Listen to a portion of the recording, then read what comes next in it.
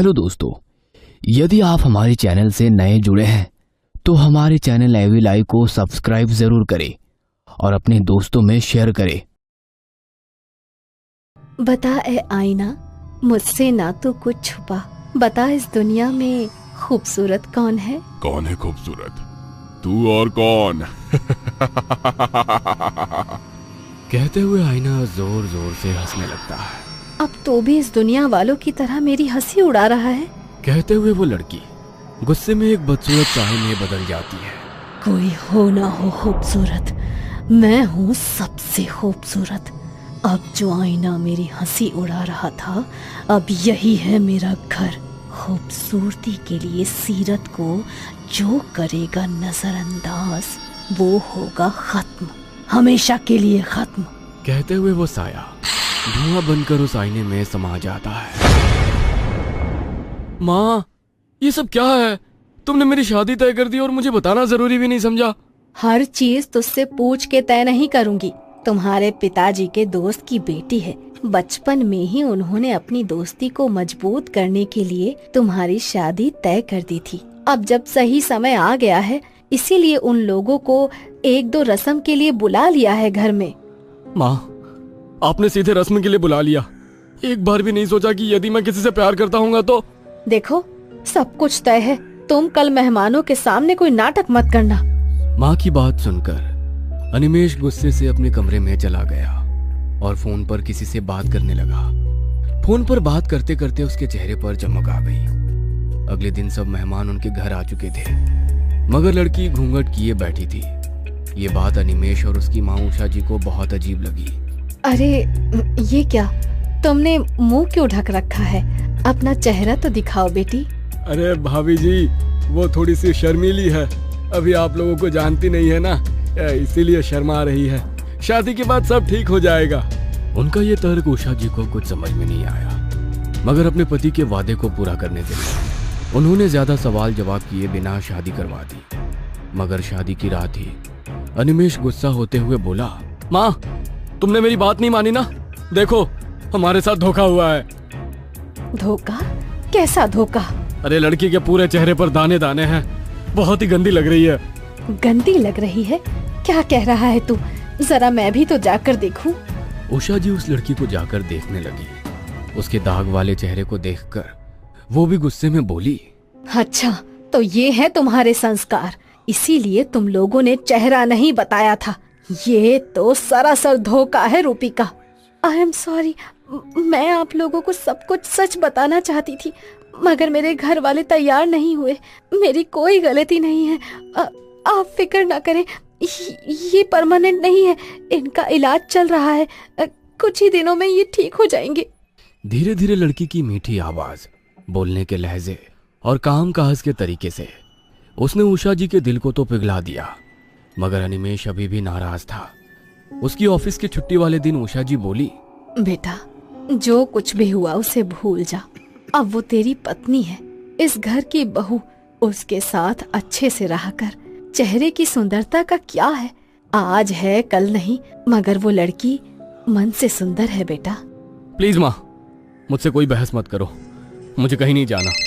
तभी उसके फोन पर किसी का फोन आया तो बात करते हुए अनिमेष मुस्कुराने लगा। ठीक है माँ, मैं उसे अपने साथ ले जाता हूँ। अनिमेष रूपिका को पहली बार बाहर लेकर जा रहा था, इसलिए वो बहुत एक्साइटेड थी। वो अच्छे से तैयार होकर अनिमेष के साथ घूमने निकल गई। अनिमेष उसे पहाड़ों पर घुमाने के लिए ले गया। अनिमेष किसी से फोन पर बातें करते हुए आगे तेजी से चल रहा था। रूपिका उसके पीछे पीछे धीरे धीरे चल रही थी। अनिमेष जी, प्लीज रुकिए ना। अनिमेष जी, मैं पीछे रह गई हूँ। अनिमेष जी। हाँ, तुम पीछे रहोगी तो मैं क्या करूँ? फटाफट चल नहीं सकती? नाम रूपिका और शक्ल। अरे इतना धीरे धीरे चलोगी तो कुछ घूम नहीं पाओगी। रूपिका धीरे धीरे आगे बढ़ रही थी। तभी उसे किनारे पर एक कांच चमकता हुआ नजर आया। अरे ये क्या है? कहते हुए उसने उस कांच को उठाया तो उसमें उसे किसी और का अक्स नजर आया। वो हैरान हो गई, मगर जैसे ही उसने दोबारा देखा तो उसी का अक्स था। मगर वो अक्स कांच पर कुछ ऐसे हिल रहा था मानो वो अक्स कांच पर ना होकर पानी पर हो। कितना अजीब सा कांच है, मगर दिख तो सुंदर रहा है, इसे अपने पास रख लेती हूँ। कहते हुए उसने उस कांच को अपने पास रख लिया, मगर तब तक अनिमेष काफी दूर चला गया था। रूपिका तेजी से कदम बढ़ाते हुए कुछ ही पल में उसके पास पहुंच चुकी थी। रूपिका को खुद हैरानी हो रही थी कि वो इतनी जल्दी कैसे चल पाई। अरे तुम तो काफी पीछे रह गई थी, अचानक से यहाँ कैसे? तभी एक लड़की वहां आई और अनिमेष के गले लगकर खुश हो गई, और फिर उसने हिराकत भरी नजरों से रूपिका की ओर देखा।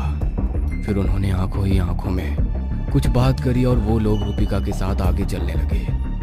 पहाड़ की चोटी पर पहुंचने के बाद, जहां पर बहुत कम लोग थे, वहां से उन्होंने सेल्फी खींचने के बहाने रूपिका को धक्का दे दिया। चलो, जान छूटी। अब हमारे मोबाइल में भी प्रूफ है कि हम सेल्फी खींच रहे थे जब ये हादसा हुआ। तुमने बहुत अच्छा प्लान बनाया था। सांप भी मर गया, लाठी भी नहीं टूटी। बस कुछ दिनों में हम दोनों एक हो जाएंगे।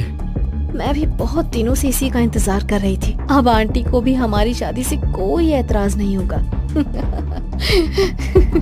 कहते हुए वो लड़की हंसने लगी और वो दोनों रूपिका के गिर जाने का शोर मचाने लगे। कोई है? प्लीज हेल्प मी, मेरी वाइफ यहाँ गिर गई है। उसकी आवाज सुनकर बहुत सारे लोग वहां पर इकट्ठे हो गए।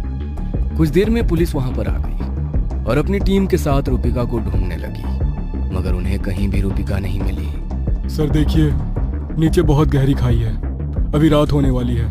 हम उसका रेस्क्यू सुबह ही शुरू कर सकते हैं। रात भर में यदि उसे कुछ हो गया, कोई जंगली जानवर ने उसे खा लिया तो हम लोग इस वक्त कुछ भी करने में सक्षम नहीं है। सर आप लोग भी अपने घर जाइए, सुबह देखते हैं क्या कर सकते हैं। अनिमेष और वो लड़की एक दूसरे को देखकर मुस्कुराने लगे और इंस्पेक्टर के साथ ही पहाड़ से उतरकर जैसे ही अपनी कार के पास पहुंचे, कार में रुचिका बैठी हुई थी।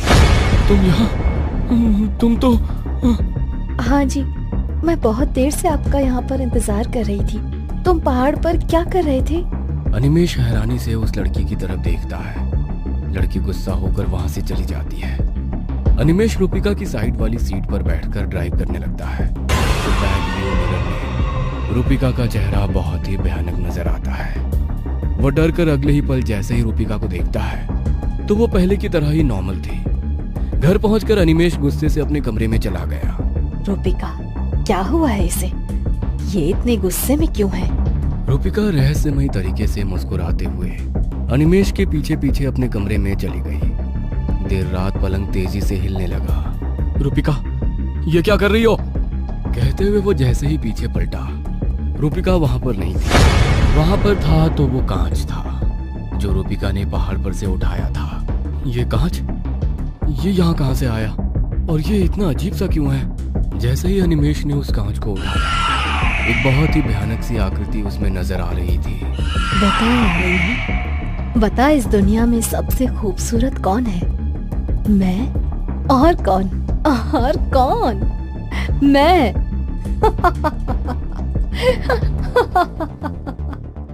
कहते हुए वो जोर जोर से हंसने लगी। अनिमेष ने उस भयानक आकृति को देखकर उस कांच को फेंक दिया। जैसे ही उसने कांच को फेंका, उसमें से धुआं निकलकर बाहर आया और उसने एक औरत का रूप ले लिया। इस दुनिया में सभी को चांद पसंद है, मगर कोई उस चांद के दाग को नहीं देखता। जब ईश्वर ने उस चांद में भी दाग बनाए हैं तो इंसान की क्या औकात है। मगर तुम्हारे जैसे लोग सुंदरता में इस तरह खो जाते हैं कि उन्हें होश ही नहीं रहता कि मन की सुंदरता भी कोई चीज होती है। अब तुम भी बहुत सुंदर हो जाओगे, बिल्कुल मेरी तरह। कहते हुए उस साय ने अनिमेष का हाथ पकड़ा तो उसके पूरे शरीर पर दाने दाने हो गए। उसमें से रक्त और मवाद बह रहा था। नहीं, ये नहीं हो सकता। तुम मेरे साथ ऐसा कुछ नहीं करोगी। इससे अच्छा कि तुम मुझे मार दो। कुरूप इंसान का मजाक उड़ाने वाले हर व्यक्ति के साथ ऐसा ही होगा। अब ना ही तू जी पाएगा और ना ही मर पाएगा। बोलते हुए वो साया फिर से उस कांच में समा गया। बता है आईना, बता इस दुनिया में सबसे सुंदर कौन? मैं। और कौन? मैं और कौन? कहीं आप भी तो सुंदरता को चाहने वालों में से तो नहीं है? वैसे तो ज्यादातर लोगों की तरह मेरा भी भूत प्रेत पर विश्वास नहीं था, ये सब मुझे इंसान के डर से बने हुए ख्याल या उनका वहम लगता। इसलिए मुझे कभी भी रात में अकेले सफर करने या सुनसान जगह पर जाने से डर नहीं लगता था। पर कभी कभी जिंदगी हमें कुछ ऐसे हालातों से रूबरू करवाती है कि सच्चाई और वहम इन दोनों का फासला ही खत्म हो जाता है। रात का समय, एक सुनसान सा रास्ता, हवा से बातें करती हुई मैं और मेरी बाइक। अमावस का अंधेरा था, ठंडी ठंडी हवाएं चल रही थी और रास्ते पर मुश्किल से कोई गाड़ी थी। मैं अपने ही धुन में बाइक चलाते हुए आगे बढ़ रहा था। तभी मुझे एक बुजुर्ग आदमी रास्ते के एक तरफ चलते हुए दिखाई देता है। इतनी रात को ये बुजुर्ग आदमी इस सुनसान रास्ते पर आखिर क्या कर रहा है? ऐसा सोचकर मैंने बाइक उसके पास रोक दी और उन्हें आवाज लगाई, अरे दादाजी, इतनी रात गए, आप यहाँ क्या कर रहे हो? दादाजी मेरी आवाज सुनकर रुके और धीरे से मेरी तरफ मुड़े। 1 मिनट से ज्यादा वो मुझे घूरे ही जा रहे थे। मुझे थोड़ा अजीब लगा। दादाजी बूढ़े थे, पर अभी भी उनका कद और शरीर किसी पहलवान से कम नहीं था। बड़ी मूछें और चेहरे पर हल्की हल्की झुर्रियां, बदन पर ओढ़ी हुई एक शॉल और पैरों में पहनी हुई गांव की चप्पल। मैंने उनसे फिर पूछा, अरे आप इतनी रात गए इस सुनसान सड़क पर क्या कर रहे हो? दादाजी हल्का सा मुस्कुराए और बोले, बस अपनी मंजिल की तरफ जा रहा हूँ। ये सुनकर मैं थोड़ा हैरान हुआ। वैसे तो मैं कभी किसी अजनबी को लिफ्ट नहीं देता था, पर एक बुजुर्ग आदमी इतनी रात गए सुनसान सड़क पर चलते हुए आखिर जा कहाँ रहा था? ये सवाल मेरे जहन में था। मंजिल? कौन सी मंजिल? एक देहाती जैसे दिखने वाले बूढ़े की मंजिल क्या हो सकती है? एक गांव। मुझे थोड़ा अजीब लगा, क्योंकि आते वक्त ना तो मुझे कोई गांव दिखा था और ना ही कोई घर की रोशनी। मैंने उस रास्ते पर आगे तक नजर डाली, पर दूर दूर तक कोई गांव या घर नहीं दिख रहा था। पर यहाँ तो आसपास कोई गांव नजर नहीं आ रहा। दादाजी फिर मुस्कुराए और बोले, खुली आंखों को जो नहीं दिखता वो इस संसार में है ही नहीं, ऐसा मानना जरूरी तो नहीं। दादाजी की बातें मुझे समझने में थोड़ी अटपटी लग रही थी। मैं बात समझ गया हूँ, ऐसा प्रतीत करने के लिए अपना मैंने सिर हिलाया, पर मेरी शक्ल के भाव से दादाजी सब समझ गए। हम बूढ़े गांव वालों की बातें तुम जैसे शहर बाबू के पल्ले नहीं पड़ेगी। नहीं दादाजी, ऐसी कोई बात नहीं है, मैं तो बस आपकी मदद करने जा रहा था। कभी कभी किसी की मदद करना भारी भी पड़ सकता है। और दादाजी की ये बातें मेरे पल्ले नहीं पड़ रही थी।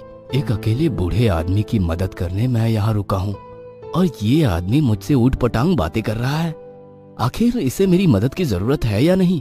मुझे लगा था आपको मेरी मदद की जरूरत होगी, इसलिए मैं यहाँ रुका था, पर आप तो मुझे ही खरी खोटी सुना रहे हो। इस पर दादाजी ने हंसते हुए कहा, तुम्हारा बहुत बहुत शुक्रिया, पर मेरा गांव यहीं पास में ही है, मैं पैदल चला जाऊंगा। इतनी देर से मैं वहां रुका था। अगर ये बात पहले ही कह दी होती तो मैं अब तक आगे पहुंच चुका होता, पर एक बुजुर्ग आदमी को क्या ही कहना। ऐसा सोचकर मैंने गाड़ी स्टार्ट की। ठीक है दादाजी, मैं चलता हूँ तब। इतने में उस आदमी ने मेरा हाथ पकड़ लिया। मैं थोड़ा डर गया।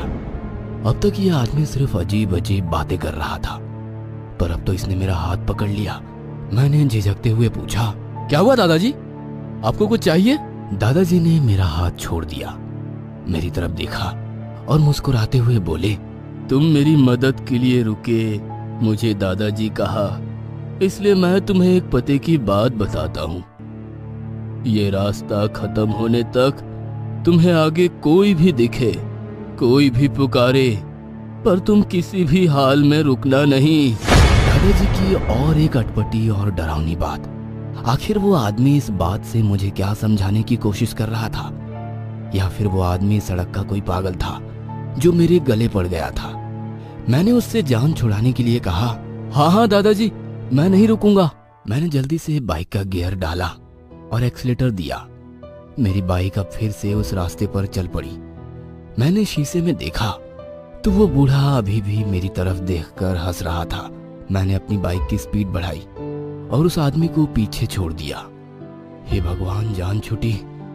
लगता है कोई पागल ही होगा जो इतनी रात गए सुनसान सड़क पर चल रहा है और मदद के लिए पूछने पर ऐसी अटपटी बातें कर रहा था। मैं फिर से हवा से बातें करते हुए उस काली रात में अपने धुन में बाइक चलाने लगा। मेरे मन में प्रश्नों का जंजाल बन रहा था। क्या सच में वो आदमी पागल था? क्या सच में वहां आसपास कोई गांव होगा? और उस आदमी ने मुझे इस रास्ते पर ना रुकने की सलाह क्यों दी? ये सब सवाल मेरे मन में बवाल खड़ा कर रहे थे कि अचानक मुझे आगे रास्ते पर एक गाड़ी दिखाई दी, जिसकी हेडलाइट की तेज रोशनी मेरी आंखों पर पड़ने लगी। लाइट इतनी तेज थी कि मुझे बाइक चलाने में दिक्कत होने लगी। मैंने अपनी बाइक रोकी और उस गाड़ी वाले पर चिल्लाने लगा, अरे कौन है? लाइट बंद करो, तुम्हारे इस तेज रोशनी से आने जाने वालों को दिक्कत हो रही है। पर ना उस गाड़ी की लाइट बंद हुई और ना ही किसी इंसान का कोई जवाब आया। अब मेरा खून खौलने लगा। एक तो उस बूढ़े आदमी ने मेरा वक्त जाया किया और ऊपर से ये गाड़ी वाला भी मुझे साइड नहीं दे रहा। मैंने अपनी बाइक खड़ी की और उस गाड़ी की तरफ चिल्लाते हुए बढ़ा, अरे बहरे हो क्या? सुनाई नहीं देता? लाइट बंद करने को बोल रहा हूँ। मैं गाड़ी के पास गया और अंदर देखा तो गाड़ी में कोई नहीं था। मुझे थोड़ा अजीब लगा, पर जैसे ही मैंने पीछे मुड़कर देखा तो मेरे होश उड़ गए। एक आदमी जिसका मुंह बुरी तरह कुचला गया था, एक हाथ आधा टूटा था जिससे खून बह रहा था और पेट इतना फटा था कि अंदर की आंतें साफ साफ दिख रही थी। उस पल मेरे बदन से पसीना बह रहा था। डर के मारे मेरा मुंह खुला का खुला था और शरीर ठंडा पड़ गया था। वह मुझे देखकर हंसा। हंसने के लिए जब उसने अपना मुंह खोला तो उसकी जुबान नीचे गिर गई, जो कि जमीन पर गिरकर छटपटाने लगी। अचानक उसकी जुबान उछलकर मेरे पास आई। मैं डर गया और वहां से भागने लगा। उस सुनसान सड़क पर जहां रोशनी की कोई गुंजाइश नहीं थी, मैं पागलों की तरह दौड़ रहा था। बचाओ, कोई है, बचाओ! पर मेरी चीखें हवा में ही कहीं खो रही थी। उन्हें सुनने वाला वहां कोई नहीं था। भागते भागते मुझे एक टूटा हुआ मकान दिखा। मैं जल्दी से उस मकान की तरफ गया। मकान का दरवाजा खुला ही था, शायद वहां कोई रहता नहीं था। मैं उस मकान के अंदर चला गया और दरवाजा जोर से बंद कर दिया। मैं एक कोने में जाकर बैठ गया। मेरा पूरा शरीर कांप रहा था। इतनी ठंड में भी मेरा माथा पसीने से भरा था और मेरा दिल जोर जोर से धड़क रहा था। मेरे मन में अजीब अजीब ख्याल आ रहे थे। क्या वो कोई भूत था या कोई और? वह बूढ़ा आदमी इन सब के बारे में कैसे जानता था? कहीं ये वही बूढ़ा आदमी तो नहीं? ये सारे सवाल मेरे जहन में घूम रहे थे। तभी दरवाजे पर जोर जोर से दस्तक पड़ने लगती है। दस्तक के साथ साथ एक डरावनी आवाज भी रात के सन्नाटे को चीरते हुए मेरे कानों पर पड़ती है। मेरे दिल की धड़कनें तेज होने लगती है। मेरा शरीर कांपने लगता है। मेरा पूरा शरीर पसीने से भीग जाता है और मेरे मुंह से एक जोर की चीख निकलती है, नहीं!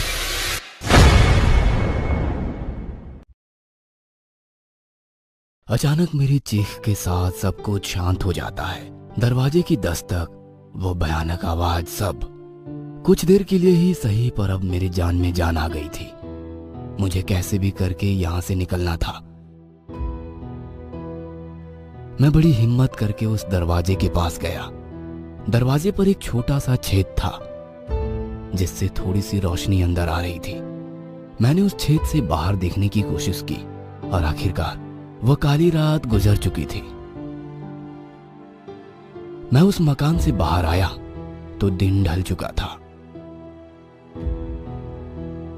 मैं अपनी बाइक ढूंढने लगा और आखिरकार मैं रास्ते पर पहुंच गया। मैंने देखा कि वहां बहुत सारे लोगों की भीड़ जमी हुई है और उस भीड़ में वह पागल बूढ़ा आदमी भी था। एम्बुलेंस में किसी की लाश ले जा रहे थे। मैं उस बूढ़े आदमी के पास गया। वो एक दूसरे आदमी से कुछ कह रहा था। आखिरकार इस रास्ते ने और एक जान ले ली। मैंने इसे मना भी किया था, पर नियति के सामने कोई क्या कर सकता है। एक हवा का झोंका आया और लाश के मुंह पर से कपड़ा हट गया और मैंने जो देखा वह दिल दहला देने वाला था। मुझे हमेशा से लगता था कि भूत प्रेत का वहम है, पर अब मैं खुद इस हाईवे पर अपना शिकार ढूंढता हूँ। हेलो दोस्तों, यदि आप हमारे चैनल से नए जुड़े हैं तो हमारे चैनल एवी लाइव को सब्सक्राइब जरूर करें और अपने दोस्तों में शेयर करें